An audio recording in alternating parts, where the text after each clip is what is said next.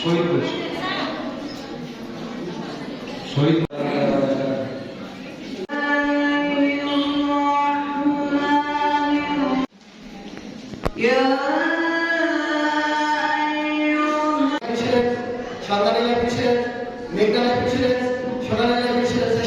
আমাদের বিমানিত জাতীয় তাও এক ক্যাটাগরিতে কোনো লোক যদি থাকে তাহলে আমার জন্য আপনাদের মাঝে আজকে উপস্থিত হয়ে কথা বলতে পেরে আমার এতটাই ভালো লাগছে।